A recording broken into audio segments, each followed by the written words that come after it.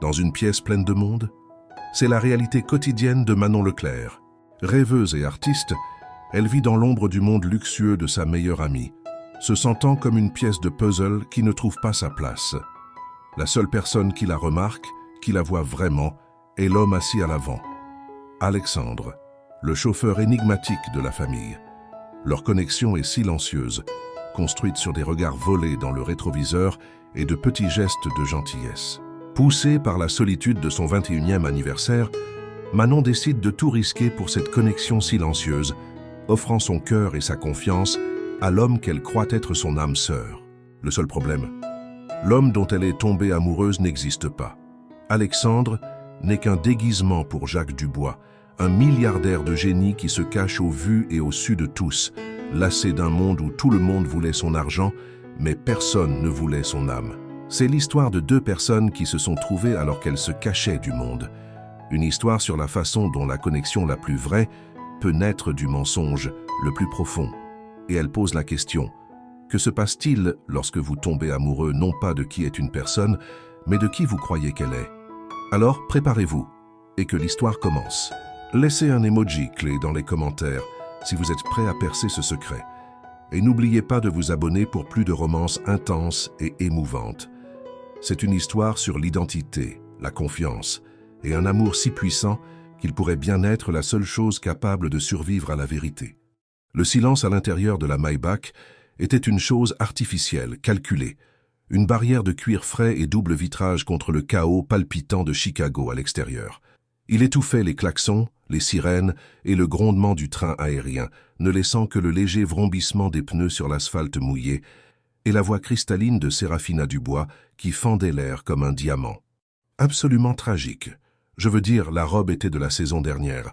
J'ai failli mourir de honte pour elle, dit Séraphina, les yeux fixés sur l'écran lumineux de son téléphone.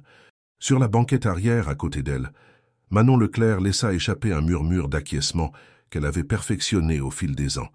C'était un son vague, suffisamment empathique pour être poli, mais suffisamment évasif pour ne pas nécessiter de suivi. Ses yeux étaient fixés sur la fenêtre, mais elle ne voyait ni les gratte-ciel déchirant le ciel gris, ni les néons se diluant dans les flaques. Son attention, comme toujours dans cette voiture, était concentrée sur un seul point, le rétroviseur, et sur les yeux qui, parfois, rencontrèrent les siens là, Alexandre. Pour Séraphina et toute la dynastie Dubois, il était une fonction, un prolongement de la voiture, une présence silencieuse dans un uniforme noir impeccable dont les mains fermes sur le volant étaient aussi garanties que le lever du soleil. Mais pour Manon, il était une énigme, un anachronisme, un homme dont l'immobilité semblait peser plus que toutes les conversations futiles de Séraphina réunies. Manon se retrouva à l'étudier. Les petites choses, la façon dont sa mâchoire se serrait légèrement lorsque le trafic sur Lakeshore Drive s'arrêtait complètement. L'économie de ses mouvements, il ne gesticulait jamais, ne bougeait jamais sans but, et ses yeux. Ils étaient d'un bleu profond, de la couleur du lac Michigan avant une tempête, et ils portaient une géographie d'expérience que Manon ne pouvait même pas commencer à cartographier. Il ne devait pas avoir plus de 28 ans. Pourtant, il y avait une gravité dans son regard, une ancienne lassitude qui n'appartenait pas à un homme si jeune. « Qui êtes-vous » se demanda-t-elle, la pensée aussi silencieuse que l'homme lui-même. « À quoi pensez-vous quand vous êtes coincé ici, à écouter parler de robes de la saison dernière ?» Leur relation, si tant est qu'on puisse l'appeler ainsi, était une tapisserie tissée avec les fils du non-dit.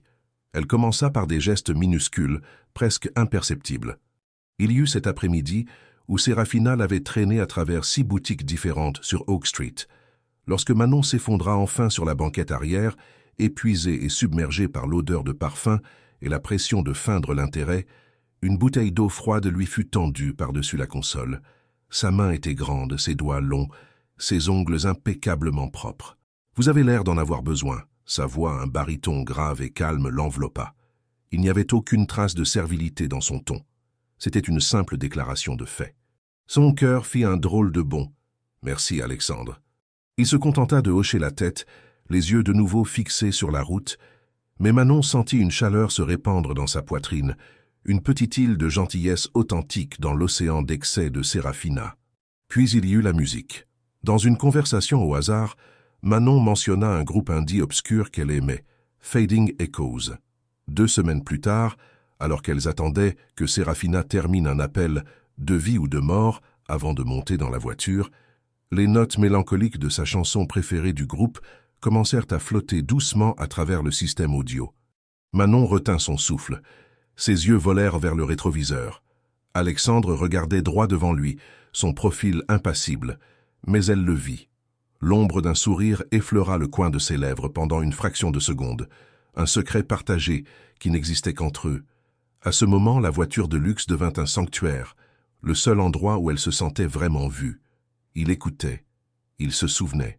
Dans un monde qui la rendait constamment invisible, ce petit acte de souvenir était tout.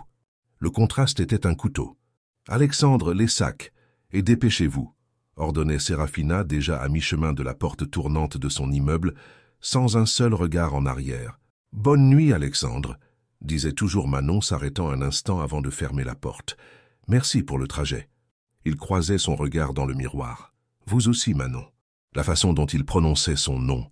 Il n'y avait aucune précipitation. Chaque syllabe était prononcée avec une clarté délibérée qui lui envoyait un frisson dans le dos. Il était la seule personne dans le cercle de Sérafina à ne pas l'appeler par un diminutif. Aujourd'hui, la pluie battait contre la vitre dans un rythme hypnotique. Sérafina termina enfin son appel avec un soupir dramatique. « J'ai besoin d'un verre. Alexandre, allons à la Céleste. »« Oui, mademoiselle Dubois. » Manon baissa les yeux sur ses propres mains posées sur ses genoux. Elles étaient tachées d'un peu de peinture turquoise de son cours de peinture, un rappel frappant de son propre monde, si éloigné de celui-ci.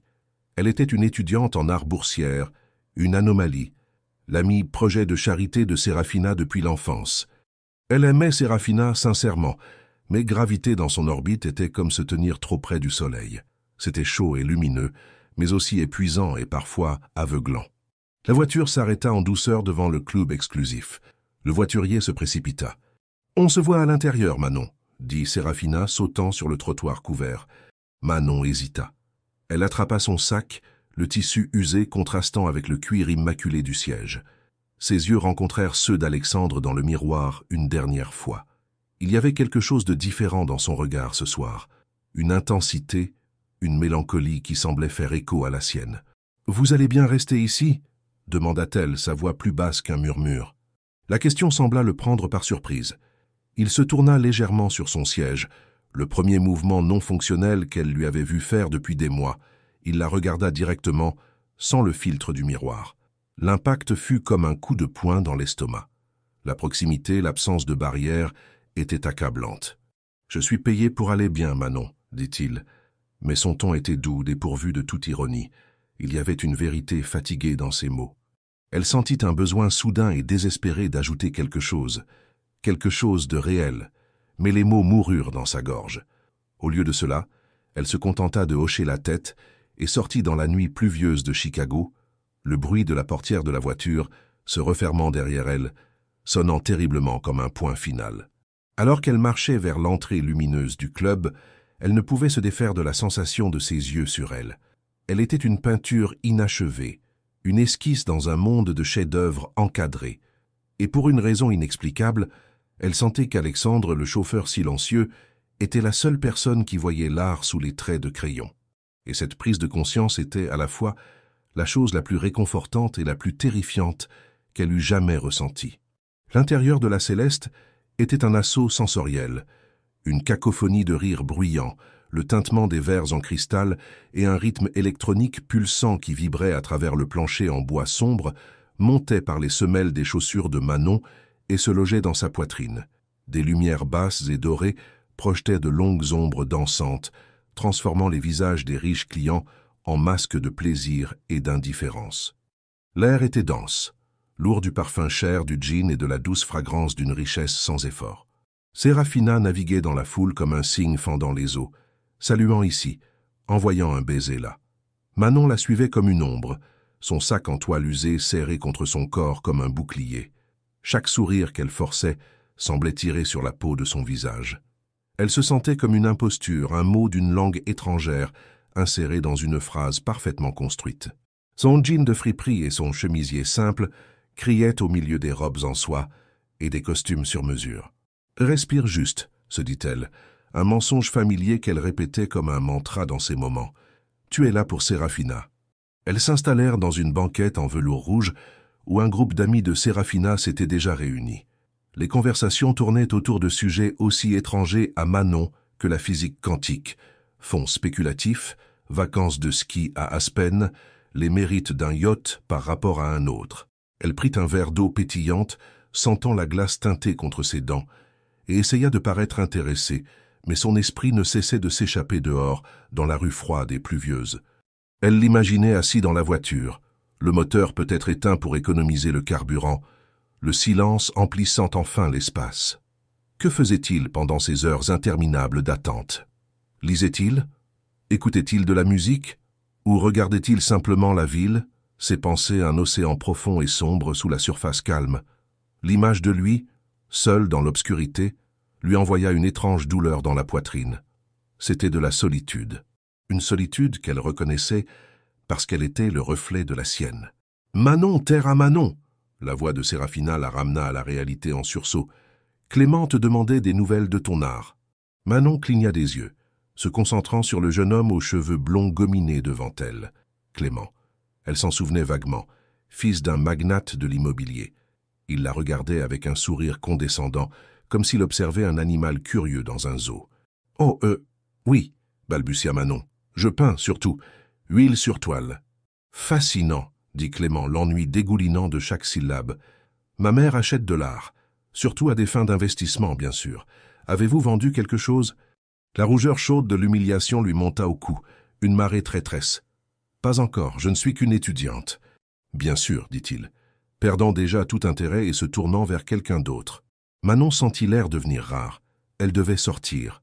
Avec une excuse marmonnée d'aller aux toilettes, elle se leva, ses jambes un peu chancelantes. Elle se fraya un chemin à travers la foule, sentant les regards furtifs des gens, l'évaluation rapide et le rejet subséquent. Elle n'appartenait pas ici. Elle n'y appartiendrait jamais. Au lieu des toilettes, elle trouva un petit balcon à l'arrière, ignoré par la plupart des clients. L'air froid de la nuit la frappa comme un soulagement physique, lavant la chaleur et le bruit de sa peau. La pluie s'était transformée en une fine brume qui créait des halos autour des lampadaires. En bas, l'allée était vide, à l'exception de quelques bennes à ordures et du reflet humide de l'asphalte. Elle s'appuya contre la balustrade en fer forgé, le métal froid s'infiltrant à travers le tissu de son chemisier. Elle ferma les yeux, respirant l'odeur du béton humide et de l'ozone. C'était réel. C'était une odeur qu'elle comprenait. Elle pensa à Alexandre. Il ne lui demanderait jamais la valeur d'investissement de son art. Il l'avait écouté parler des couleurs, de la façon dont la lumière du matin dans son petit appartement créait des nuances de pêche et de lavande sur un mur blanc, et il avait écouté. Non pas avec la patience polie de quelqu'un qui attend son tour de parler, mais avec une immobilité attentive qui lui faisait sentir que ses mots comptaient. « Tu es idiote !» se réprimanda-t-elle. « C'est le chauffeur de Séraphina, il est payé pour être poli. » Mais au fond d'elle, elle savait que c'était plus que cela. La politesse était une surface lisse. Ce qu'elle ressentait de lui était quelque chose avec de la texture, avec de la profondeur. Une connexion silencieuse qui défiait la logique de leur monde séparé.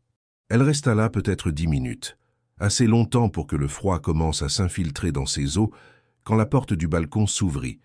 Elle ne se retourna pas, s'attendant à ce que ce soit Séraphina qui vienne la chercher. « Je croyais vous avoir vu sortir. » La voix n'était pas celle de Séraphina. Elle était grave, calme, inconfondable. Le cœur de Manon s'arrêta, puis se mit à battre la chamade, tambourinant contre ses côtes comme un oiseau piégé. Elle se tourna lentement. Alexandre se tenait là à quelques pas. Il n'était plus en uniforme. Il portait un jean foncé et un simple t-shirt noir à manches longues qui épousait ses larges épaules. Sans la formalité de l'uniforme, il avait l'air différent, plus jeune et pourtant plus imposant, plus dangereux. « Que faites-vous ici ?» parvint-elle à dire, sa voix un fil. « Le voiturier m'a dit que mademoiselle Dubois serait probablement là pendant des heures. Je me suis dit que je pouvais me dégourdir les jambes, » expliqua-t-il, son ton neutre. Il s'approcha, s'arrêtant à côté d'elle à la balustrade, mais maintenant, une distance respectueuse. « Je ne voulais pas déranger. »« Vous n'avez pas dérangé, » répondit-elle rapidement, peut-être trop rapidement. « J'avais juste besoin d'air. » Il hocha la tête, regardant l'allée en contrebas. Ça peut être étouffant là-dedans. Le fait qu'il comprenne, sans qu'elle ait besoin d'expliquer, ouvrit une petite brèche dans son armure défensive. « Vous n'aimez pas ces endroits ?» osa-t-elle demander. Un muscle travailla dans sa mâchoire. « Disons simplement que je préfère les endroits où les gens n'essaient pas d'être ce qu'ils ne sont pas. » La phrase la frappa avec la force d'une révélation. C'était exactement ce qu'elle ressentait. Il avait mis des mots sur le malaise qui la hantait depuis des années. Ils restèrent en silence un long moment. Ce n'était pas un silence gênant, mais un silence confortable, rempli par le doux bruit de la brume et le bourdonnement lointain de la ville. « Votre amie, » commença-t-il, puis s'arrêta comme s'il reconsidérait. « Séraphina » demanda Manon curieuse. « Elle tient à vous, dit-il finalement. À sa manière. Elle ne sait juste pas comment le montrer en dehors de son contexte. » Manon fut surprise par l'observation. Personne n'avait jamais défendu Séraphina devant elle auparavant, et venant de lui, l'homme qui était traité comme un meuble par son ami, la perspicacité était d'autant plus surprenante. « Je sais, dit Manon, et c'était vrai. Elle a bon cœur, c'est juste enveloppé dans beaucoup de couches de Chanel. » Un son grave lui échappa. Un petit rire. Ce n'était pas fort, mais c'était authentique. Un son riche et chaleureux qui l'enveloppa dans la nuit froide. Le son la fit vraiment sourire pour la première fois de la soirée. « Que c'est une bonne façon de le dire, » dit-il. Le sourire persistait sur ses lèvres, transformant la sévérité de son visage en quelque chose d'incroyablement beau. Manon sentit son visage s'échauffer. Elle détourna le regard, son cœur battant sauvagement. Être si près de lui, sans la barrière physique de la voiture, était enivrant. Elle pouvait sentir la chaleur émanant de lui. Elle pouvait le sentir, non pas d'un parfum cher comme les hommes à l'intérieur, mais quelque chose de propre et subtil, comme du savon et de la pluie. C'était réel. « C'est mon 21e anniversaire aujourd'hui », laissa-t-elle échapper, les mots se bousculant avant qu'elle ne puisse les arrêter. Il se tourna pour lui faire face entièrement. La surprise dans ses yeux était sincère. « Ce soir, et vous êtes dehors dans le froid ?»« La fête ne me ressemble pas, » admit-elle dans un murmure. « Séraphina a tout organisé. C'est le genre de fête qu'elle pense que je devrais vouloir. » Son expression s'adoucit, la dureté dans ses yeux se dissipant, remplacée par quelque chose qui ressemblait beaucoup à de l'empathie. « Joyeux anniversaire, Manon. »« Merci, Alexandre. » Son nom sur ses lèvres était intime. Le moment s'étira chargé d'une tension électrique. Il fit un petit pas vers elle, et le monde entier de Manon sembla se rétrécir à ce petit espace entre eux sur ce balcon oublié. Elle le vit baisser les yeux vers sa bouche, et elle retint son souffle, tout son corps en alerte. La porte du balcon s'ouvrit en claquant, brisant l'enchantement. « Manon, te voilà !» s'exclama Séraphina, sa voix perçante. « Je t'ai cherché partout. Viens, ils apportent le champagne. » Elle s'arrêta net, remarquant Alexandre pour la première fois. Son expression passa de l'excitation à la confusion, puis à une légère irritation. « Alexandre, que faites-vous ici ?» Alexandre recula instantanément, le masque du chauffeur professionnel reprenant sa place. La distance entre lui et Manon semblait soudain être un gouffre. « Juste prendre l'air, mademoiselle Dubois. Je retourne à la voiture maintenant. » Il lança à Manon un dernier regard rapide, illisible, avant de passer devant Séraphina et de disparaître à l'intérieur. Manon resta là, le cœur toujours martelant, un frisson s'installant qui n'avait rien à voir avec la température. Elle venait d'apercevoir l'homme derrière la façade et la vue l'avait laissée avec une faim désespérée de plus. Le retour à l'intérieur du club fut comme replongé dans l'eau après une inspiration désespérée. Le bruit et la chaleur la frappèrent à nouveau, mais cette fois, il semblait lointain, étouffé. L'esprit de Manon était à des kilomètres de là, piégé dans ce moment suspendu sur le balcon. Le son du léger rire d'Alexandre résonnait dans ses oreilles, une mélodie secrète sous le battement incessant de la musique. L'intensité de son regard était gravée dans sa mémoire. L'image de lui, détendu et réel sans l'uniforme, si vive qu'elle pouvait presque le sentir à ses côtés. « C'était quoi ça ?» demanda Séraphina, la ramenant à la banquette. Il y avait une pointe de désapprobation dans sa voix. « Bavarder avec le chauffeur ?»« Nous prenions juste l'air, Séraphina, » répondit Manon, sa voix plus ferme qu'elle ne le ressentait. « Il était juste poli. »« Il est payé pour être poli, » rétorqua Séraphina, mais son attention était déjà détournée par quelqu'un qui la saluait de l'autre bout de la pièce. L'incident, pour elle, était déjà oublié, un détail insignifiant dans sa grande soirée. Pour Manon, cependant, ce fut un tremblement de terre. L'interaction avait tout redéfini. Le fantasme qu'elle avait construit dans son esprit, l'idée d'une connexion silencieuse, avait soudain une voix, avait un visage sans l'ombre d'une casquette de chauffeur, et c'était 1000 fois plus puissant qu'elle ne l'avait jamais imaginé. Le reste de la nuit passa dans un flou. Elle but le champagne qu'on lui offrait, le liquide pétillant et froid glissant dans sa gorge, mais elle n'en ressentit pas l'effet. Elle sourit, elle hocha la tête, et elle réussit même à rire au bon moment, un automate entraîné par des années de navigation sociale dans le monde de Serafina. Ses amis lui souhaitèrent un joyeux anniversaire, lui présentèrent un gâteau trop cher orné de bougies qui ressemblaient à de minuscules torches et chantèrent une version désaccordée de la chanson traditionnelle. À chaque instant, elle se sentait comme une spectatrice de sa propre vie. Ses pensées étaient un tourbillon. La façon dont les yeux d'Alexandre s'étaient adoucis quand elle avait dit que c'était son anniversaire. Le petit pas qu'il avait fait vers elle. Un mouvement qui promettait de combler la distance entre eux. Que se serait-il passé si Serafina n'était pas apparue? La question la hantait, un fantôme de possibilités qui lui faisait picoter la peau. « Il travaille pour sa famille », lui criait une voix rationnelle dans son esprit. « C'est interdit, c'est impossible. Tu imagines des choses. » Mais son cœur refusait d'écouter. Ce qu'elle avait ressenti sur ce balcon n'était pas de l'imagination. C'était électrique. C'était indéniable. Finalement, vers 2 heures du matin, l'énergie de la fête commença à s'estomper. Serafina, après plusieurs coupes de champagne, était somnolente et satisfaite. « Bon, je crois que j'ai assez fêté pour toi, » bâilla-t-elle. « Rentrons à la maison. » Le retour vers l'avant du club fut une distorsion temporelle. Manon sentait chaque pas, l'anxiété s'enroulant dans son estomac comme un nœud serré. Que lui dirait-elle? Comment agirait-elle? La voiture serait-elle silencieuse et gênante? Ou la tension qui avait crépité entre eux sur le balcon serait-elle toujours là, maintenant confinée à ce petit espace? La Maybach attendait au trottoir, un cocon sombre et élégant dans la rue endormie. Alexandre était dehors, tenant la portière arrière ouverte. Le masque professionnel était fermement en place, son visage une toile vierge. Mais alors que Manon le dépassait pour monter dans la voiture, ses doigts effleurèrent les siens.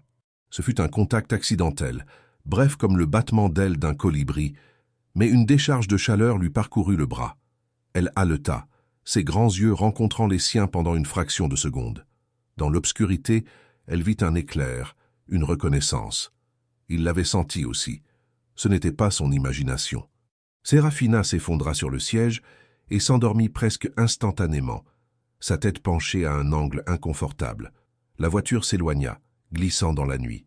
Cette fois, le silence n'était pas artificiel. Il était lourd, chargé. Manon pouvait entendre le son de sa propre respiration, le battement de son cœur dans ses oreilles. Elle le regarda à travers le rétroviseur. Il était concentré sur la route, mais le calme habituel de ses mains sur le volant semblait forcé. Ses jointures étaient blanches. D'abord, ils déposèrent Serafina à son immeuble de luxe. Alexandre, comme toujours, sortit, ouvrit la portière pour la jeune fille endormie et l'aida à entrer dans le hall, la confiant au portier de nuit avec un mot poli. Manon regarda la scène, le cœur serré. C'était sa vie. Servir, attendre, toujours à la périphérie de l'opulence. Quand il revint à la voiture, l'air devint encore plus épais. Il n'y avait plus qu'eux deux. « Maintenant, chez vous ?» demanda-t-il, sa voix rauque. « Oui, s'il vous plaît. » Le trajet jusqu'au quartier plus modeste de Manon ne dura que 15 minutes, mais il sembla une éternité. Aucun des deux ne parla. La ville défilait, un kaléidoscope de lumière floue. Manon était douloureusement consciente de chaque petit détail. L'odeur de cuir et de pluie dans la voiture, le doux tic-tac de l'horloge du tableau de bord, sa présence physique à quelques pas. « Dis quelque chose !» se supplia-t-elle. « N'importe quoi !» Mais les mots ne venaient pas.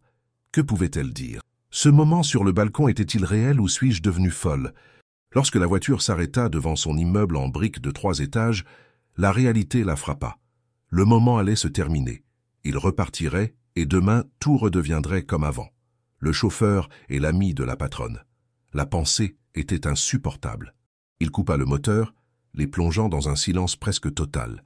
Il ne fit aucun mouvement pour sortir et lui ouvrir la portière.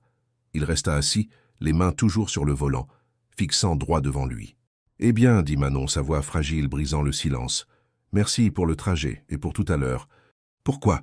demanda-t-il, ne la regardant toujours pas. « Pour le joyeux anniversaire, murmura-t-elle. C'était le seul qui semblait réel ce soir. Il se tourna enfin.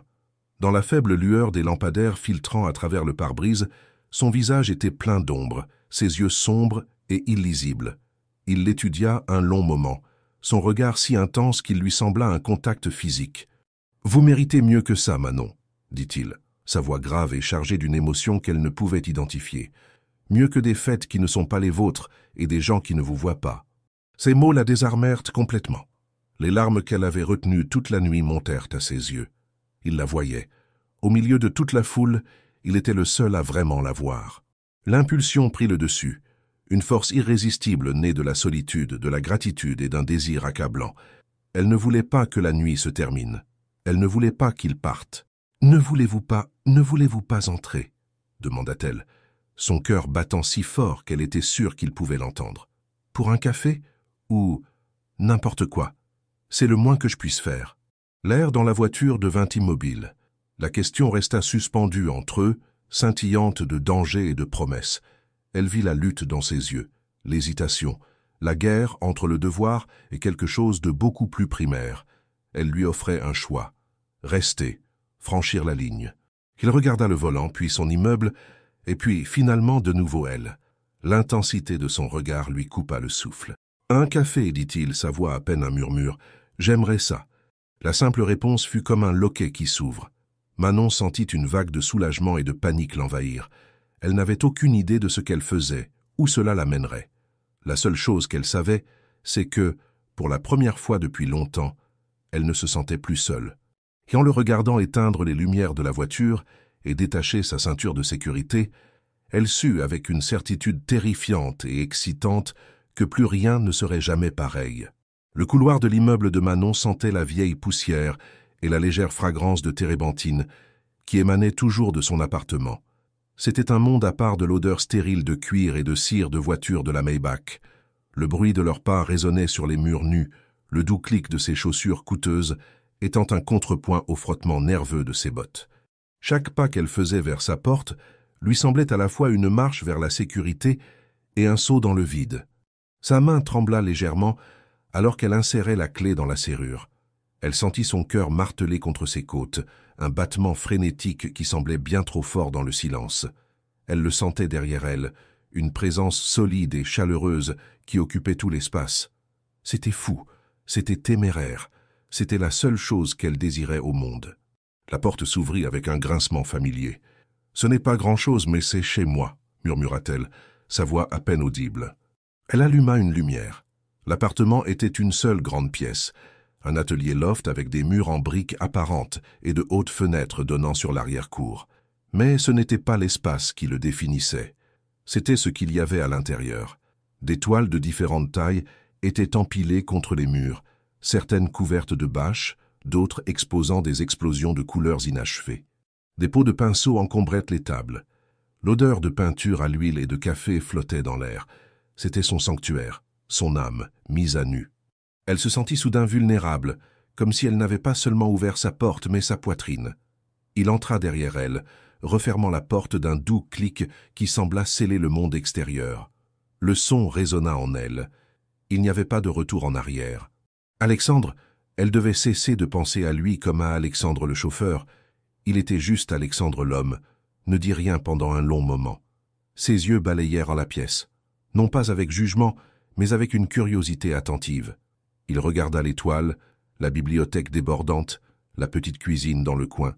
Son regard était celui d'un connaisseur appréciant une œuvre d'art pour la première fois. « C'est incroyable », dit-il finalement, sa voix grave et emplie d'une véritable révérence. « C'est plein de vie. » Le simple compliment la toucha plus profondément que toute flatterie fleurie qu'elle eût jamais entendue. « Merci », murmura-t-elle, retirant son manteau et le jetant sur une chaise. « Je vais faire le café. » La tâche banale était un point d'ancrage dans une mer d'émotions turbulentes.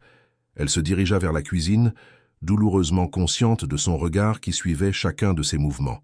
Ses mains tremblaient encore alors qu'elle cherchait le café moulu et le filtre. Elle pouvait sentir la tension s'enrouler dans l'air entre eux, une corde raide sur le point de céder. Il s'approcha, s'arrêtant de l'autre côté du petit comptoir qui séparait la cuisine du reste de la pièce. La proximité était vertigineuse. Elle pouvait voir les petites rides autour de ses yeux, l'ombre d'une barbe naissante sur sa mâchoire forte. « Laissez-moi faire, dit-il doucement. Il tendit la main et ses doigts effleurèrent les siens alors qu'il prenait le sac de café. Le contact fut comme une braise sur sa peau. Elle fit un pas en arrière, lui cédant l'espace. Elle le regarda se mouvoir avec une efficacité tranquille, mesurant le café, remplissant la machine d'eau. Il y avait une certitude dans ses mouvements qui était fascinante. Il n'avait pas sa place ici, avec ses vêtements coûteux et son air de pouvoir contenu. Et pourtant, il s'intégrait parfaitement. « Vous savez, commença-t-elle, sa voix un peu hésitante, sur le balcon, j'ai senti… » Il arrêta ce qu'il faisait, ses yeux se levant pour rencontrer les siens. L'intensité de son regard la fit taire. « J'ai ressenti la même chose, dit-il, et ces quelques mots simples confirmèrent tout. Ce n'était pas de l'imagination, ce n'était pas unilatéral, c'était réel. Le bourdonnement de la cafetière qui commençait à infuser fut le seul son dans l'appartement. Le temps sembla ralentir, s'étirer. Il contourna le comptoir, comblant la petite distance qui les séparait. Il s'arrêta à quelques centimètres d'elle, assez près pour qu'elle puisse voir le reflet des lumières tamisées dans ses pupilles dilatées. « Je ne devrais pas être ici, Manon, » dit-il, sa voix un murmure rauque. « Je sais, » répondit-elle, le souffle coupé. « Sin complique tout. »« Je sais. » Il leva lentement la main, comme pour ne pas l'effrayer. Il hésita une fraction de seconde avant de lui toucher le visage. Ses doigts étaient chauds et légèrement rugueux contre la peau douce de sa joue. Le contact fut électrique, envoyant un frisson à travers tout son corps. Elle se pencha instinctivement vers le contact, fermant les yeux. « Mais je ne pense pas, » murmura-t-il, son souffle chaud frôlant ses lèvres, « que je puisse partir. » Et puis il l'embrassa. Ce n'était pas tendre, ce n'était pas hésitant. C'était un baiser de capitulation, un baiser qui portait le poids de semaines de regards volés, de mots tus et d'une attirance latente maintenue sous un contrôle de fer. Ses lèvres étaient fermes et chaudes, se mouvant sur les siennes avec une faim qui la laissa à bout de souffle. Elle répondit avec la même urgence, ses bras s'enroulant autour de son cou, ses doigts s'emmêlant dans ses cheveux doux. Il la tira plus près, une main glissant dans le bas de son dos, pressant son corps contre le sien. Elle haleta contre sa bouche, sentant le mur dur de sa poitrine, la force de son étreinte. C'était plus qu'un acte physique, c'était une collision de deux solitudes, une fusion de deux âmes qui s'étaient reconnues dans l'obscurité. Dans le murmure des draps et les chuchotements de leurs noms, Manon sentit les dernières barrières en elle se dissoudre. Elle s'ouvrit à lui complètement, offrant non seulement son corps, mais sa confiance, sa vulnérabilité, son cœur. Le monde se rétrécit à un seul point de sensation incandescente, une vague de plaisir et d'émotion si accablante qu'elle lui fit crier son nom. Dans ce moment de libération absolue, elle sentit une connexion si profonde, si intense, qu'elle eut l'impression que leurs âmes mêmes s'étaient touchées. Quand la tempête passa enfin, ils gisaient enlacés dans les draps, leurs corps humides et leurs membres entrelacés. Son cœur battait, fort et lent, contre sa poitrine. Le poids réconfortant de son bras sur elle était une ancre. Le silence qui s'installa n'était pas vide, mais plein de la résonance de ce qui venait de se passer.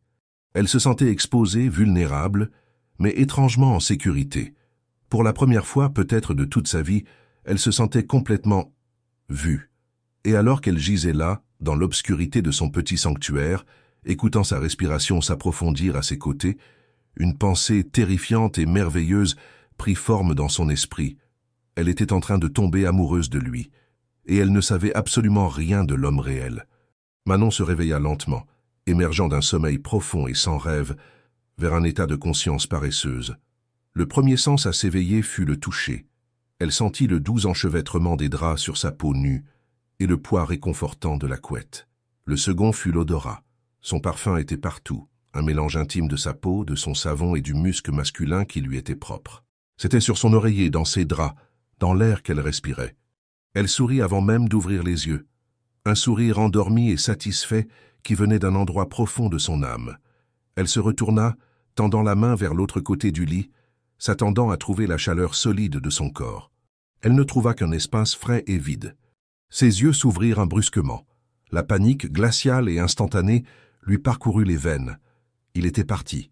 Il le regrettait. Ce n'avait été qu'une nuit, une erreur, une indiscrétion pour le chauffeur ennuyé. L'humiliation commença à bouillonner dans sa poitrine, chaude et amère. Elle s'assit, le drap tombant à sa taille, son cœur battant de façon irrégulière. Et puis elle l'entendit, un doux bruit venant de la pièce principale, le cliquetis d'une tasse posée sur un comptoir, et puis l'odeur, non pas l'odeur de café éventé de la veille, mais l'arôme riche et profond d'une infusion fraîche. Il n'était pas parti. Un soulagement si accablant l'inonda qu'elle se sentit étourdie. Elle prit une profonde inspiration, essayant de calmer son cœur qui battait la chamade. Il était toujours là, à la lumière du matin. Cela devait signifier quelque chose. Le cœur encore un peu instable, elle ramassa sa chemise noire à manches longues du sol où elle avait été jetée dans la passion de la nuit précédente. Elle l'enfila. Les manches étaient bien trop longues, couvrant ses mains, et l'ourlet tombait à mi-cuisse. Le tissu était imprégné de son parfum, et l'envelopper autour d'elle lui semblait le geste le plus intime qu'elle pût imaginer. Elle traversa en silence la petite alcôve de la chambre et s'arrêta dans l'entrée. Il se tenait dos à elle, ne portant que son jean de la veille. La pâle lumière du matin traversait les hautes fenêtres, traçant la musculature de son dos et de ses épaules. Il était complètement immobile devant l'une de ses toiles inachevées, un paysage urbain abstrait de Chicago, sous une tempête imminente, plein de bleu profond, de gris et d'une seule touche de lumière dorée. Il était absolument immobile, étudiant le tableau avec une concentration qui la fit retenir son souffle. Il ne se contentait pas de le regarder. Il le voyait. « Je n'arrive jamais à rendre la lumière correctement », dit-elle doucement. Il se retourna, et le sourire qui se répandit sur son visage quand il la vit vêtue de sa chemise lui fit faire un délicieux saut au cœur. Ce n'était pas le demi-sourire contenu qu'elle voyait dans la voiture. C'était un sourire authentique, ouvert et incroyablement beau, qui atteignait ses yeux et les faisait plisser. « Je ne suis pas d'accord, dit-il, sa voix grave et un peu rauque du matin. Je pense que vous l'avez parfaitement capturé. L'espoir. » Elle sentit son visage rougir. Personne n'avait jamais regardé son travail et y avait vu de l'espoir. Il voyait la technique ou son manque. Il voyait le potentiel. Il voyait un hobby. Lui voyait l'âme. Il tendit une main et elle la prit sans hésitation. Leurs doigts s'entrelacèrent, parfaitement ajustés. Il la tira doucement plus près, jusqu'à ce qu'elle soit devant lui. Son autre main vint lui effleurer une mèche de cheveux, le bout de ses doigts caressant sa joue avec une tendresse qui la fit fondre à l'intérieur. « Bonjour » murmura-t-il. « Bonjour » répondit-elle, sa voix à peine audible. Le moment était chargé d'une intimité tranquille. La lumière du matin, la peinture inachevée, l'odeur du café, eux deux debout au milieu de son sanctuaire. C'était domestique, c'était réel, et c'était terrifiant. Il se pencha et l'embrassa. C'était un baiser complètement différent de celui de la nuit précédente. Il n'y avait plus l'urgence désespérée, la faim d'effacer la distance. C'était doux, lent, plein d'une tendre affection qui parlait plus fort que n'importe quel mot. C'était un baiser qui disait « Je suis toujours là et je ne le regrette pas ». Quand ils se séparèrent, il posa son front contre le sien. « J'ai fait du café, dit-il, comme si c'était la chose la plus naturelle du monde. »« Je l'ai senti, sourit-elle, merci. » Il bura le café assis côte à côte sur le bord de son lit, enveloppé dans la couette. Le silence entre eux n'était plus tendu, mais confortable, comme celui de deux personnes qui se connaissaient depuis des années. Elle se surprit à le regarder par-dessus le bord de sa tasse. La façon dont la lumière du soleil mettait en valeur les mèches plus claires de ses cheveux foncés, la petite cicatrice blanche juste au-dessus de son sourcil. Les détails qu'elle voulait mémoriser, garder pour elle. Mais la réalité, comme la fraîche lumière du matin, ne pouvait être tenue à l'extérieur pour toujours. Une question flottait dans l'air, non dite mais lourde. Que se passe-t-il maintenant? C'est lui qui rompit le silence. Je dois y aller, dit-il, et le cœur de Manon se serra un peu. Oh, fut tout ce qu'elle put articuler. Bien sûr qu'il le doit, hurla la voix de la raison. Il avait un travail. Il devait ramener la voiture de luxe. Il devait redevenir Alexandre, le chauffeur. Il a dû voir la déception sur son visage, car il posa sa tasse sur le sol et se tourna vers elle, lui tenant le visage entre ses mains chaudes. « Manon, regarde-moi, dit-il, son ton sérieux. La nuit dernière, ce n'était pas une erreur, pas pour moi. »« Pas pour moi non plus, » murmura-t-elle, le soulagement faisant trembler sa voix. « Mais c'est compliqué, » continua-t-il, et elle revit la lutte dans ses yeux. « Mon travail, ma situation. Je ne peux pas risquer ça. Je ne peux pas vous risquer. » Elle ne comprenait pas entièrement ce qu'il entendait par « vous risquer », mais elle comprenait la partie du travail. Sérafina, la famille Dubois. S'il le découvrait, il serait viré instantanément. Et elle serait la pauvre amie qui a séduit le chauffeur. La honte de la pensée la fit grincer des dents. « Alors, nous devons faire comme si cela n'était jamais arrivé ?» demanda-t-elle, la peur lui serrant la poitrine. « Non, dit-il fermement. Non, mais nous devons être prudents, discrets. Personne ne peut savoir, surtout Sérafina. » Manon hocha la tête, bien que l'idée de garder un secret aussi monumental la terrifia.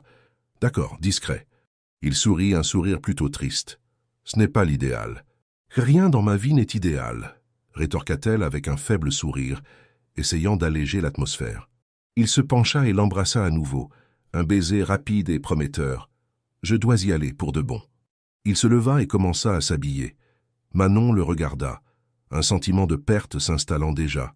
À chaque vêtement qu'il enfilait, la chemise, les chaussures, la montre coûteuse qu'elle n'avait pas remarquée auparavant, il se transformait. L'homme qui lui avait fait du café dans sa cuisine disparaissait, remplacé par l'énigme silencieuse qui conduisait la Maybach. Le masque reprenait sa place. Quand il fut entièrement habillé, il s'arrêta à la porte. Il semblait de nouveau déplacé, un homme en costume invisible dans son atelier bohème. « Je vous revois. Plus tard ?» demanda-t-elle, l'incertitude évidente dans sa voix. Il revint vers elle, lui prit la main et la porta à ses lèvres, y pressant un doux baiser sur les jointures. Le geste était si formel, si désuet, qu'il la prit par surprise. « Vous me reverrez, promit-il. » Ses yeux rencontrèrent les siens par-dessus sa main, et un instant le masque glissa, et elle revit l'homme de la nuit dernière. « Ce n'est pas fini, Manon. Ça ne fait que commencer. » Et puis il fut parti. La porte se referma d'un clic, le même son que la nuit précédente. Mais cette fois, au lieu de sceller le monde extérieur, cela sembla le laisser se précipiter à l'intérieur.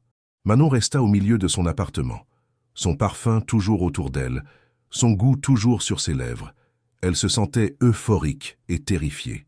La nuit dernière avait été la chose la plus réelle et la plus belle de sa vie. Mais le matin avait apporté la promesse de secrets, de mensonges et de complications qu'elle pouvait à peine commencer à comprendre. Elle était tombée amoureuse du chauffeur de sa meilleure amie. Et maintenant, elle devait faire semblant qu'il n'était que ça, un étranger sur le siège avant, tandis que son cœur hurlait son nom, chaque fois que leurs yeux se croisaient dans le rétroviseur. Le jeu avait commencé et elle n'avait aucune idée des règles. Les jours qui suivirent furent un exercice de torture exquise. Manon découvrit qu'il y avait quelque chose de pire que de vouloir ce que l'on ne pouvait pas avoir.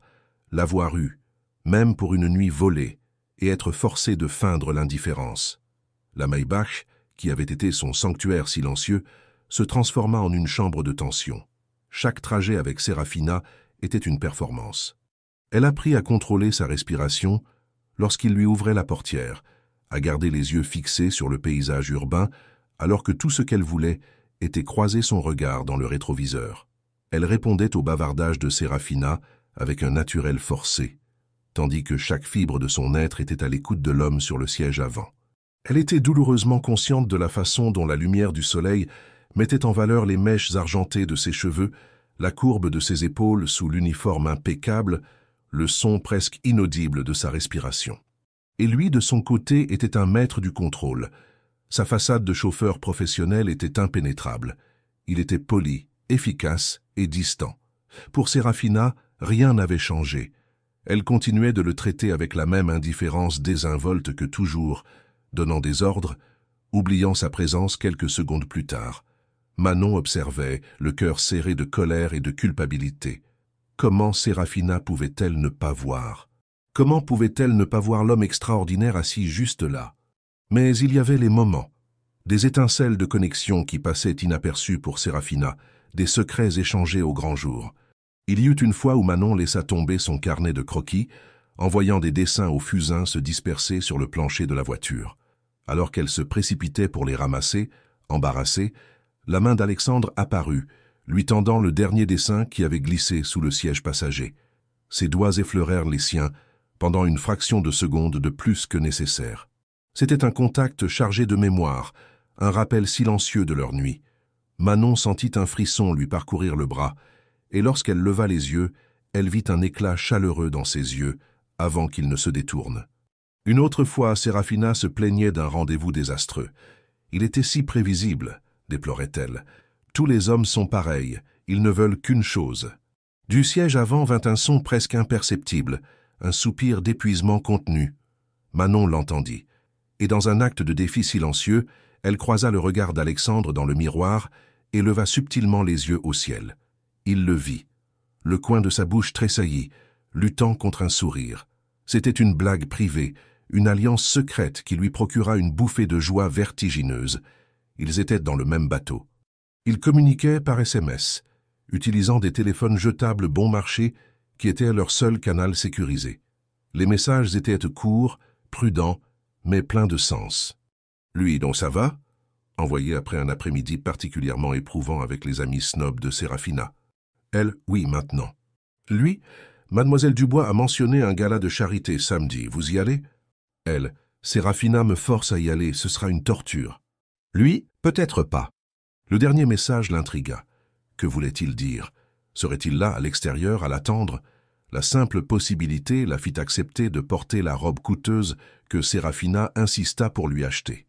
La nuit du gala arriva, apportant avec elle un sentiment de pressentiment. Manon se sentait comme une Cendrillon réticente alors qu'elle se préparait dans l'appartement luxueux de Sérafina. La robe était en soie bleu marine, une couleur qui mettait en valeur ses yeux. Elle tombait sur son corps avec une élégance qui la faisait se sentir comme une imposture. « Tu es ravissante, Manon », dit Sérafina, applaudissant. « Personne ne croira que tu es mon ami artiste fauché. » Manon força un sourire, le commentaire lui faisant plus mal que Sérafina ne l'avait voulu. Quand elles descendirent, Alexandre attendait près de la voiture.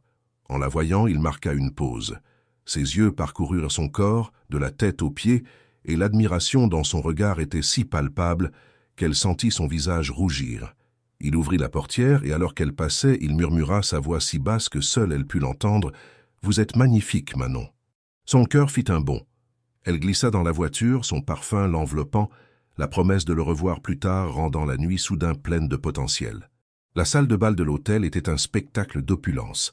Des lustres en cristal de la taille de petites voitures pendaient du plafond doré, projetant une lumière brillante sur une mer de smoking et de robes de créateurs. Le son était un mélange de conversations polies, de tintements de flûte de champagne et de la douce musique d'un quatuor à cordes. Manon sentit tous les regards sur elle, alors qu'elle marchait à côté de Sérafina. Elle savait qu'ils se demandaient qui elle était, à quelle famille elle appartenait. Elle se sentait comme un moineau commun qui s'était envolé dans une cage de pont. Sérafina était dans son élément, flottant de groupe en groupe, présentant Manon avec brio. « C'est ma meilleure amie, Manon Leclerc. C'est une artiste incroyablement talentueuse. » Les gens souriaient, lui serraient la main, puis leurs yeux glissaient au-delà d'elle, cherchant quelqu'un de plus important. L'invisibilité était une douleur familière. Elle prit une coupe de champagne, plus pour avoir quelque chose à tenir que pour boire. Son esprit était dehors, dans le froid, avec l'homme qui la voyait vraiment. « Je suis tellement excitée, » dit Sérafina soudain, saisissant le bras de Manon. « Mon père m'a dit qu'il y a une rumeur selon laquelle Jacques Moreau pourrait faire une apparition. Tu y crois ?» Manon fronça les sourcils. « Qui ?» Sérafina la regarda comme si elle venait d'avouer ne pas connaître le président. « Jacques Moreau, le PDG reclus de Moreau Industries, le génie de la technologie milliardaire, il ne va jamais nulle part. On dit qu'il s'est caché après que sa fiancée l'ait publiquement trompé l'année dernière. Ce serait le scoop du siècle. » Manon haussa les épaules. Le drame des ultra-riches semblait épuisant. Chouette. Les lumières de la salle de bal s'atténuèrent légèrement et une femme élégante monta sur scène. « Mesdames et messieurs, merci d'être venus ce soir. C'est avec un immense honneur que je vous présente notre hôte et principal bienfaiteur. Un homme dont la générosité a rendu cette soirée possible, mais qui préfère le travail discret à la lumière des projecteurs. Veuillez accueillir Monsieur Jacques Moreau. » Un applaudissement poli parcourut la salle. La curiosité de Manon fut piquée malgré elle. Elle se pencha en avant, essayant de voir le mystérieux milliardaire. Un homme grand sortit de l'ombre au centre de la scène. Il portait un smoking noir parfaitement ajusté. Le projecteur le frappa, et le cœur de Manon s'arrêta de battre. Non, ce n'était pas possible. Le monde entier bascula sur son axe. Les bruits de la salle de bal, la musique, les applaudissements, le souffle de Sérafina à ses côtés, s'estompèrent en un bourdonnement lointain et aigu. L'air lui fut aspiré des poumons. C'était lui, l'homme sur scène, le milliardaire reclus, le génie de la technologie. C'était Alexandre. Son Alexandre. Il se tenait là, au centre de l'attention, l'air complètement à l'aise, le pouvoir et l'autorité rayonnant de lui comme de la chaleur. Il n'était pas le chauffeur. Il n'était pas l'homme tranquille et contenu. Il était un prédateur au sommet de son domaine, et il était un parfait inconnu. Alors qu'il commençait à parler, sa voix calme et imposante emplissant la salle, ses yeux parcoururent la foule, et puis ils la trouvèrent. Ses yeux croisèrent les siens à travers la salle bondée. Pendant une fraction de seconde, elle vit la panique éclairer son visage. Son masque se fissura, et elle vit l'homme qui l'avait tenu dans ses bras, l'homme qui lui avait fait du café dans sa cuisine. Puis le masque était de retour, plus froid et plus impénétrable que jamais. Mais il était trop tard. Le monde de Manon s'était déjà brisé en 1000 morceaux. La connexion, leur nuit, les messages secrets, tout n'était qu'un mensonge. Un mensonge élaboré et cruel. Elle n'était pas la seule à le voir pour ce qu'il était vraiment. Elle était la seule à n'avoir aucune idée de qui il était du tout.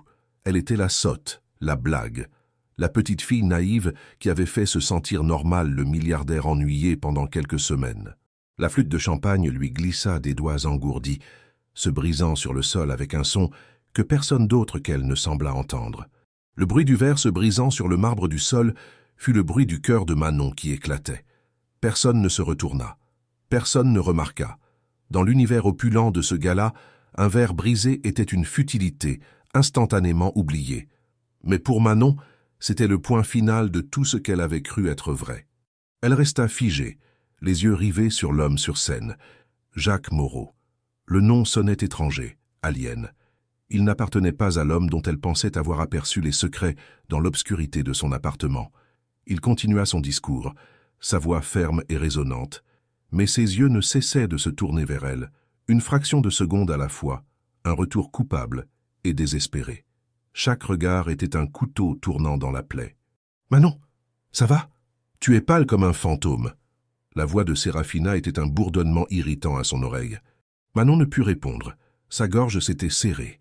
L'air de la salle de bal, autrefois simplement rare, était maintenant empoisonné, suffocant. Elle devait partir. Elle avait besoin d'air. Elle devait échapper à son regard, à son mensonge, à sa propre monumentalité stupide. D'un mouvement brusque, elle se retourna, se frayant un chemin à travers la foule. Elle ne se souciait pas de qui elle bousculait, n'entendait pas les murmures d'indignation.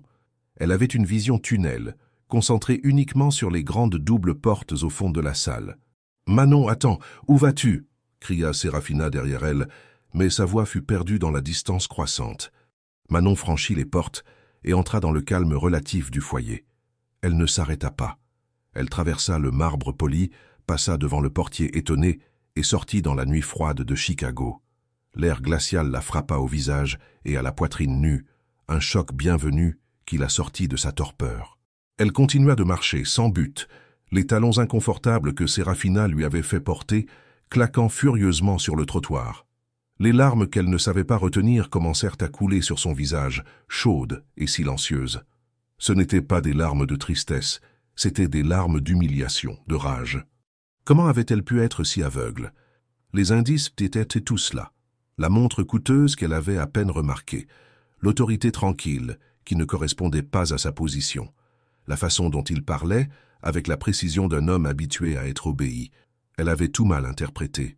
Elle avait vu de la profondeur là où il y avait de la tromperie. Elle avait vu une âme sœur là où il n'y avait qu'un milliardaire en tournée voyeuriste, dans la vie normale. La trahison de son ex-fiancé. Sérafina l'avait mentionné. Était-ce pour cela? Se cachait-il? L'utilisait-il comme accessoire pour sa mascarade? Un accessoire pratique pour sa comédie? La douleur dans sa poitrine était une chose physique, une pression écrasante qui l'empêchait de respirer.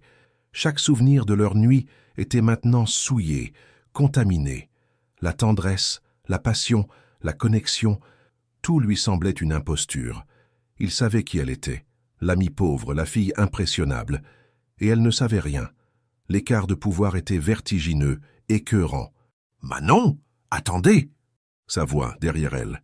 Le son de son nom sur ses lèvres, qui autrefois la faisait frissonner de plaisir, la rendait maintenant nauséeuse. Elle s'arrêta mais ne se retourna pas. Elle croisa les bras sur sa poitrine, une fragile barrière contre le froid et contre lui.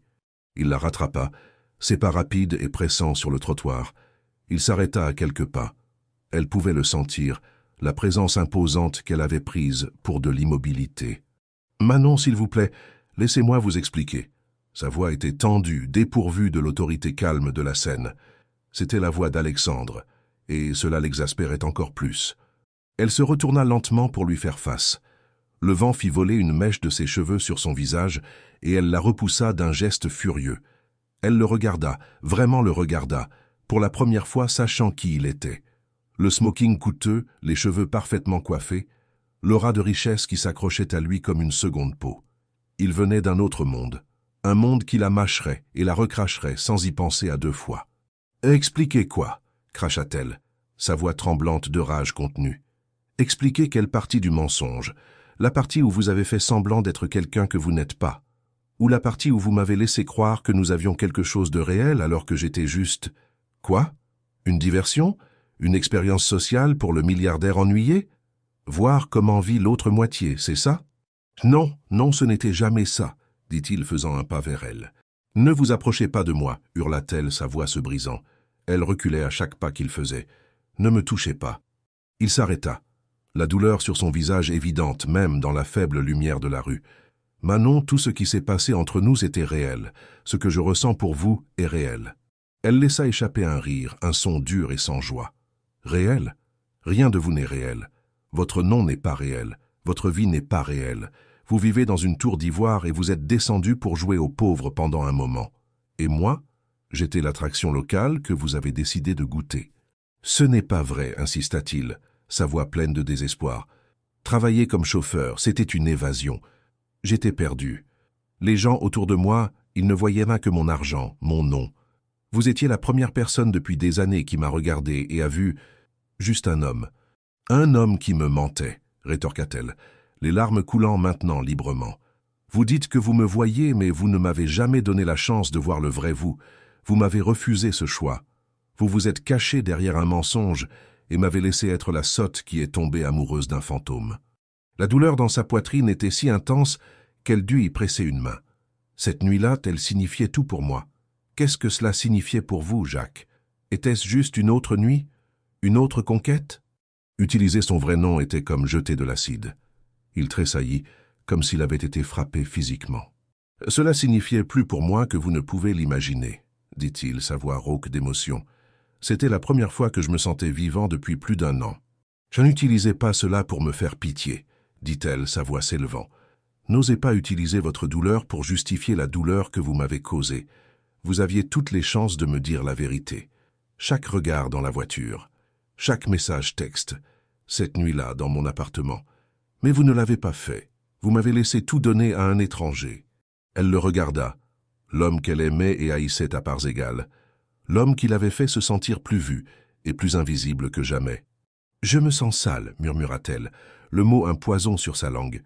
Je me sens idiote, et je vous déteste de me faire sentir ainsi. » Elle se détourna, incapable de le regarder une seconde de plus. « Manon, s'il vous plaît, » supplia-t-il, sa voix se brisant. « Ne laissons pas ça se terminer comme ça. » Elle ne répondit pas.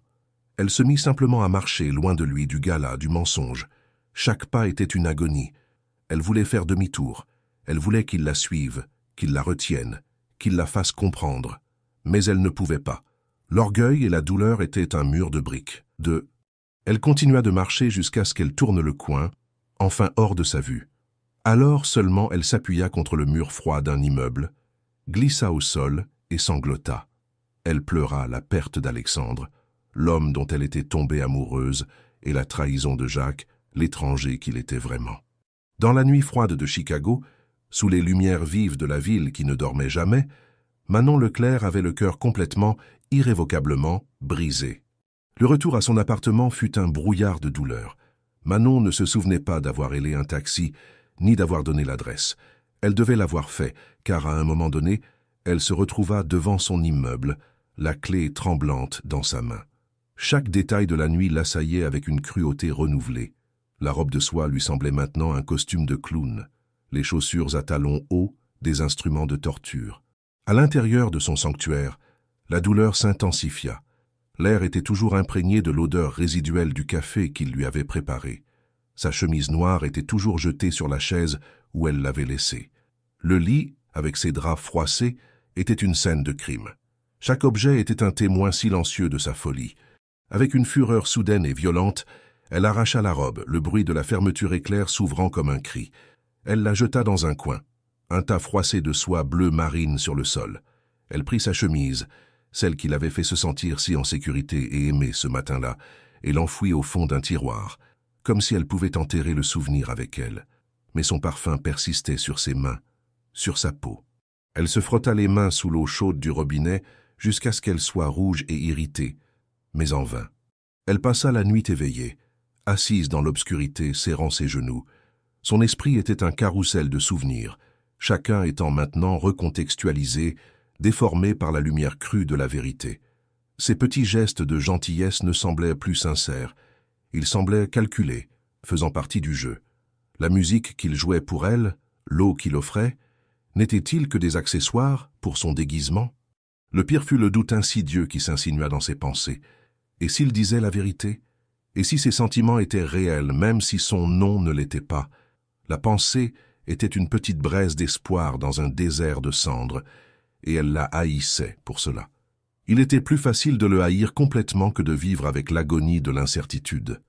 Le téléphone jetable bon marché vibra sur la table basse. Une fois, 2 fois, 3 fois. Elle l'ignora. Elle savait que c'était lui. Ces mots ne signifiaient plus rien.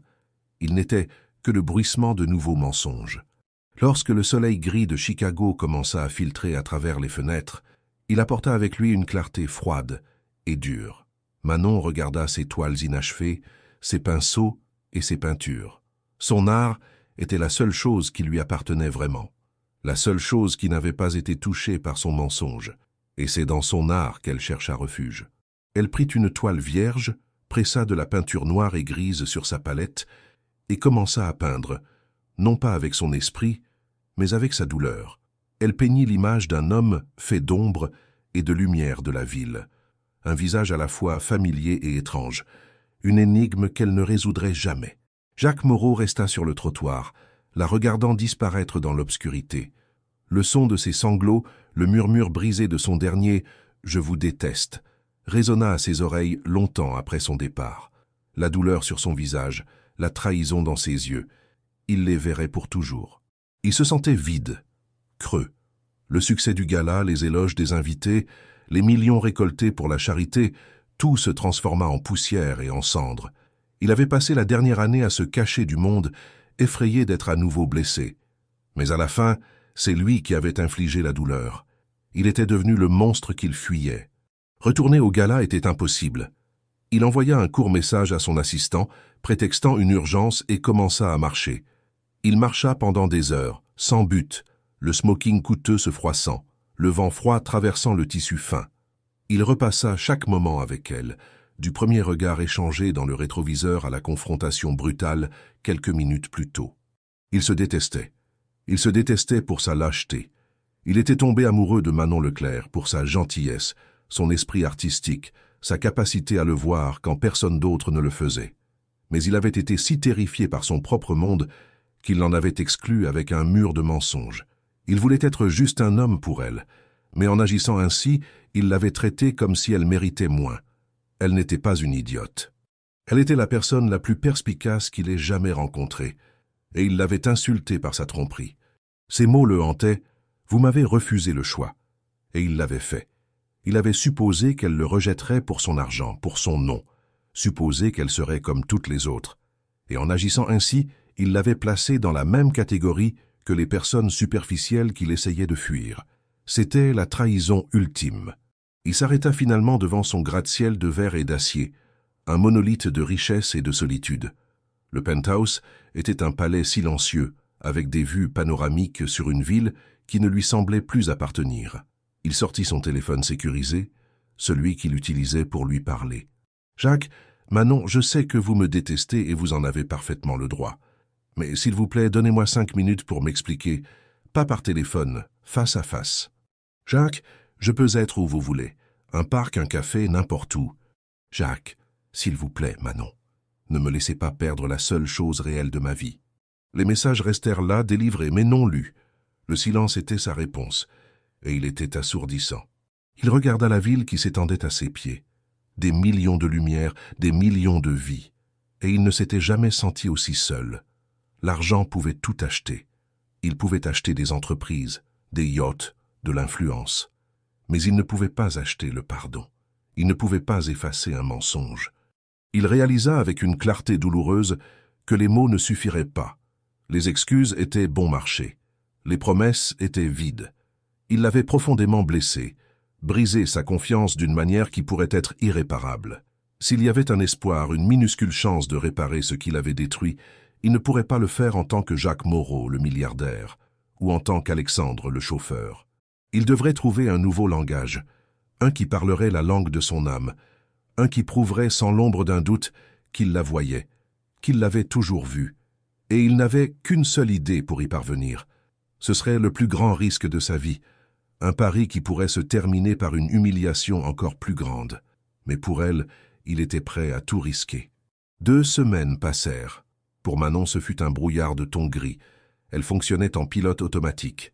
Elle allait en cours, voyait Sérafina, peignait, mais tout était dépourvu de couleur, de vie. Elle construisit une forteresse autour de son cœur, brique par brique d'indifférence endurcie. Sérafina était furieuse de la disparition soudaine de Jacques Moreau du gala. « C'est un crétin arrogant », déclarait-elle aux grands dames silencieux et amers de Manon. Heureusement, Sérafina était tellement prise par le scandale social qu'elle ne remarqua pas le désarroi de son amie. Pour elle, le comportement renfermé de Manon n'était qu'une humeur artistique, et, au soulagement de Manon, le chauffeur Alexandre avait disparu. Sérafina se plaignit qu'il avait démissionné sans préavis, remplacé par un homme plus âgé et taciturne qui manquait du charme discret de son prédécesseur. Chaque trajet dans la Maybach était désormais un écho fantomatique de ce qui avait été. Manon cessa de regarder le téléphone jetable. La batterie mourut et elle le jeta au fond d'un tiroir avec sa chemise noire, loin des yeux, mais pas loin du cœur. La nuit, lorsque la solitude devenait une présence physique dans son petit appartement, elle luttait contre l'envie de le chercher en ligne, de voir le visage de l'étranger qu'elle avait aimé. Elle refusait de s'infliger cette douleur. Elle canalisa toute son angoisse dans son art. La peinture de l'homme d'ombres et de lumière devint une obsession. Elle y travaillait des heures durant, les mains et les vêtements tachés de peinture, l'odeur de térébenthine, pour seule compagnie. La toile devint un journal visuel de son cœur brisé, un paysage de confusion, de colère et d'un chagrin si profond qu'il semblait sans fond. Puis, un mardi après-midi pluvieux, une épaisse enveloppe de couleur crème arriva dans sa boîte aux lettres. Elle n'avait pas d'adresse de retour, juste son nom et son adresse écrits dans une écriture élégante et audacieuse qu'elle reconnut instantanément. Son premier réflexe fut de la déchirer, de la brûler, mais la curiosité, cette étincelle traîtresse d'espoir qu'elle ne pouvait tout à fait éteindre, l'emporta. Les mains tremblantes, elle l'ouvrit. À l'intérieur, il n'y avait pas de lettre d'excuse, pas de plaidoyer ni d'explication. Il y avait juste une carte, tout aussi élégante, avec une seule adresse imprimée dessus. Une adresse dans le quartier de River North, connu pour ses galeries d'art. Sous l'adresse, une date et une heure. Samedi, 19 h, et rien de plus. Était-ce une invitation? Un piège? Un jeu? L'arrogance de la chose l'exaspéra. Pensait-il vraiment qu'il pouvait simplement la convoquer et qu'elle viendrait? Elle froissa la carte, prête à la jeter à la poubelle. Mais elle s'arrêta. Cette adresse, elle n'était qu'à quelques rues de la galerie de rêve de tout étudiant en art à Chicago. Le reste de la semaine, la carte la tourmenta. Elle la défroissa et la posa sur son bureau, où elle semblait la fixer d'un air de reproche. Sa colère luttait contre sa curiosité. Y aller serait un acte de faiblesse, une capitulation. Mais ne pas y aller. Ne pas y aller serait comme admettre qu'elle avait encore si peur d'être blessée qu'elle ne pouvait même pas affronter l'inconnu. Finalement, ce n'est pas l'espoir qui la fit décider. C'était l'orgueil. Elle irait. Elle l'affronterait sur son propre terrain, dans son monde de jeu coûteux, et elle lui montrerait qu'il ne l'avait pas brisé. Elle lui montrerait la force qu'il avait sous-estimée. Samedi soir, l'air était froid et vif. Manon portait son meilleur jean, un pull en cachemire noir qu'elle avait acheté dans une friperie, et ses bottes en cuir préférées. C'était son armure, simple, réelle, la sienne. L'adresse la mena à un immeuble en briques avec une façade en verre du sol au plafond. Ce n'était pas l'une des grandes galeries célèbres. C'était un espace plus petit, plus intime, avec un air de sophistication discrète. Il n'y avait aucun signe d'une grande fête ou d'un événement. Les lumières étaient allumées, mais l'endroit semblait vide. Son cœur se mit à battre plus fort. C'était une erreur. Elle se retourna pour partir, mais à ce moment-là, la porte en verre s'ouvrit. Un homme en costume sortit. Ce n'était pas Jacques. C'était un homme plus âgé, à l'air aimable. « Mademoiselle Leclerc ?» demanda-t-il. Manon hocha la tête méfiante. « Veuillez entrer, il attend. » L'estomac noué, elle entra. L'intérieur était un espace minimaliste de murs blancs, de sol en béton poli et d'un éclairage sur rail parfaitement positionné. Et il était vide. Il n'y avait personne d'autre, pas de musique, juste le silence. Et de l'art. Accrochés au mur, éclairés avec la précision d'un conservateur de musée, se trouvaient ses peintures. Le monde de Manon s'arrêta. Elle se figea sur place, le souffle coupé. Ce n'était pas seulement quelques-unes, c'était toutes ses toiles, le paysage urbain orageux, un portrait de Sérafina qui capturait à la fois sa beauté et sa solitude. Une étude abstraite des couleurs de l'automne à Lincoln Park, et au centre du mur principal, sous le projecteur le plus brillant, se trouvait sa dernière œuvre, L'homme d'ombre et de lumière. Elle traversa la galerie comme dans un rêve. Comment avait-il obtenu tout ça? Certaines de ses peintures n'avaient jamais quitté son appartement. Elle s'approcha d'un petit autoportrait qu'elle gardait caché sous son lit. Le cartel à côté indiquait « Manon Leclerc, aperçue dans le miroir. Tu ». Chaque pièce était encadrée, accrochée et éclairée avec un respect, une adoration qu'elle n'avait jamais osé accorder à son propre travail. Il n'avait pas seulement exposé son art, il l'avait honoré. « Je les vois comme vous les voyez ». Sa voix venait du fond de la galerie. Elle se retourna. Jacques se tenait dans l'ombre, loin des projecteurs. Il ne portait ni smoking, ni uniforme de chauffeur.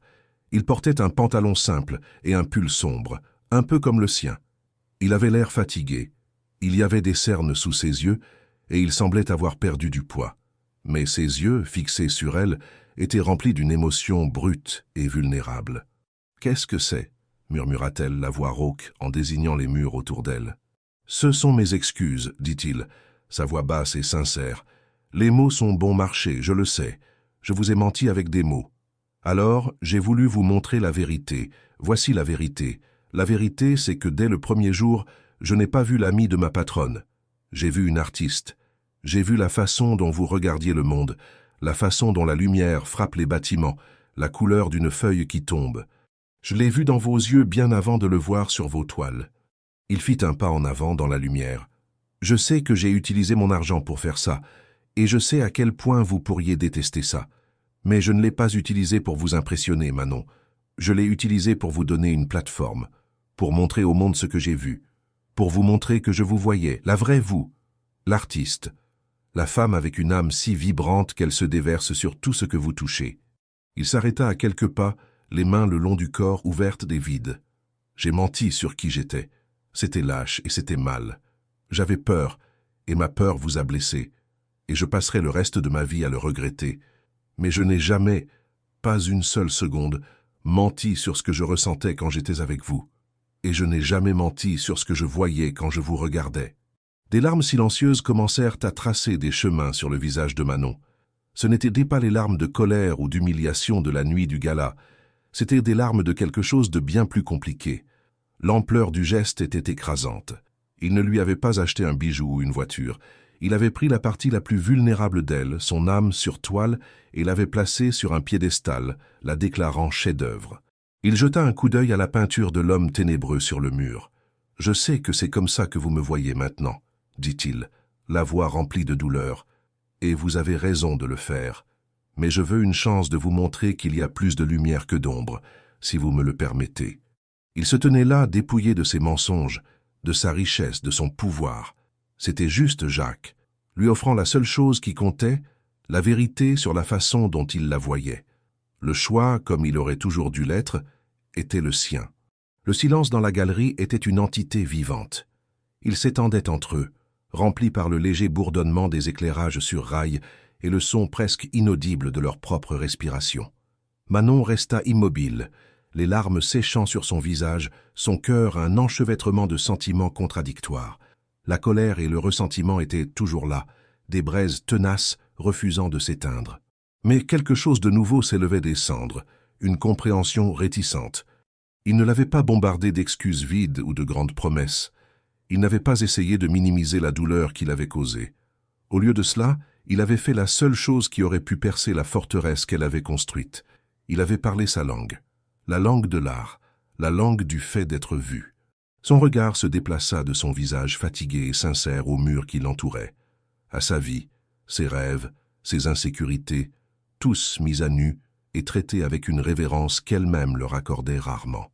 Elle regarda le petit autoportrait, celui qu'elle gardait caché par honte de sa propre vulnérabilité. Il l'avait trouvé, il l'avait compris, et il l'avait jugé digne d'être exposé. « Comment ?» demanda-t-elle, la voix rauque. « Comment avez-vous obtenu tout ça ?»« J'ai un ami commun avec Sérafina, un collectionneur d'art, expliqua-t-il sans bouger. Je l'ai convaincu de visiter votre appartement sous prétexte de s'intéresser au travail d'une jeune artiste prometteuse. Il a tout photographié. Le reste n'était que logistique. » Il marqua une pause et une ombre de dégoût de soi traversa son visage. C'était une violation de votre vie privée, une autre tromperie. Mais c'était la seule façon que j'ai trouvée pour montrer et non dire. Ces mots, montrer et non dire, la frappèrent. C'était le premier principe de l'art. C'était le credo de tout peintre, de tout écrivain. Il lui montrait qu'il comprenait son monde, de la manière la plus fondamentale possible. Manon marcha lentement vers la peinture de l'homme d'ombres et de lumière. Elle tendit la main, ses doigts planant à quelques centimètres de la surface de la toile. Elle avait versé toute sa douleur dans cette image, tout son sentiment de trahison. Mais en la regardant maintenant dans la lumière claire de la galerie, elle vit autre chose. Sous la colère, sous l'obscurité, il y avait une réticence à lâcher prise. Il y avait une profondeur dans la figure, une tristesse dans les yeux ombragés qui faisait écho à la sienne. Même dans sa rage, elle l'avait peint avec une complexité qui trahissait ses vrais sentiments. « Je ne sais pas si je peux vous faire à nouveau confiance, » dit-elle, la voix basse, s'adressant plus à la peinture qu'à lui. « La confiance, une fois qu'elle est brisée. »« Je sais, » l'interrompit-il doucement. « Je ne vous demande pas de me faire confiance aujourd'hui, ni demain. Je demande une chance de la regagner, jour après jour, vérité après vérité, plus de secrets, plus de déguisements. » Elle se tourna enfin pour lui faire face. « Et votre monde ? Le monde des galas et des chauffeurs et des gens qui me regardent comme si j'étais un insecte ? Je n'y ai pas ma place. »« Alors nous n'y appartiendrons pas, dit-il avec une simplicité surprenante. Ce monde m'a presque détruit, Manon. Il m'a rendu cynique et effrayé. Vous étiez l'antidote. Vous m'avez rappelé qu'il y a de la beauté dans les choses simples, qu'il y a de l'honnêteté. Vous n'avez pas à entrer dans mon monde. Je veux une chance d'entrer dans le vôtre. Le monde des odeurs de peinture et du café le matin. Le monde où la lumière de la tempête porte l'espoir. » Il fit un pas hésitant vers elle, puis un autre.